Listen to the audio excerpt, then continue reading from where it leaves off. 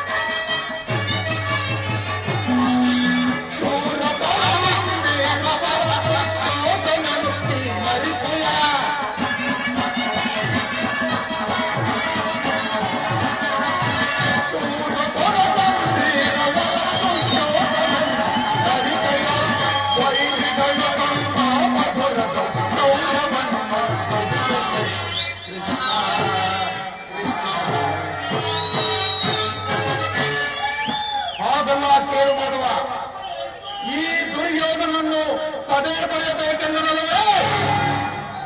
ನಿನ್ನ ಹೊಟ್ಟೆ ಅದು ದುರಾಗ್ರಹ. ಲೋಕೈಕ ವೀರನಾದ ಈ ನನ್ನ ಮಿತ್ರ ಕರ್ಣನನ್ನು ಒಲಿಸಬೇಕೆಂದರೆ ಆ ನಿನ್ನ ದುರಂತರ ಪಾರ್ಥ ಅದು ಅದು ದುರಹಂಕಾರ. ಅಭಿಮಾನ ಶೂನ್ಯತೆಯಿಂದ ನಿನ್ನಂತಹ ಕಪಟಿಯ ಸ್ನೇಹವನ್ನು ಬಯಸಿದವರೇ ಓ ನಿನ್ನ ಹೇಳಿ ಪಾಂಡವರು. ಅದು ಅದು ದುಸ್ಸಹವಾಸ. ದುರ್ಯೋಧನ ದುಶ್ಯೋಧನವನ್ನು ಭರತ ಖಂಡದಲ್ಲೇ ತಮ್ಮ ಧ್ವಜಪದಾಟಿಯನ್ನು ಹಾಕುವ ಯೋಜನೆ ಮಾಡುತ್ತಿರುವಲ್ಲವೇ ಓ ನಿನ್ನ ಹೇಳಿ ಪಾಂಡವರು. ಅದು ಅದು ದುರಾಶಯ. ನಾವು ಸಮರ್ಥರು ಜಯಶೀಲರು ಎಂಬುದಾಗಿ ಹೆಮ್ಮೆಪಡುತ್ತಿರುವಲ್ಲವೇ ಓ ನಿನ್ನ ಪಾಂಡವರು. ಅದು ಅದು ದುರಾಭಿಮಾನ. ಕೇಳು ಕೃಷ್ಣ, ನೀವು ಏನು ಹೇಳಿದರು ಈ ಕೌರವ ನಿರ್ಧಾರ ಚಲಿಸಲಾರದು.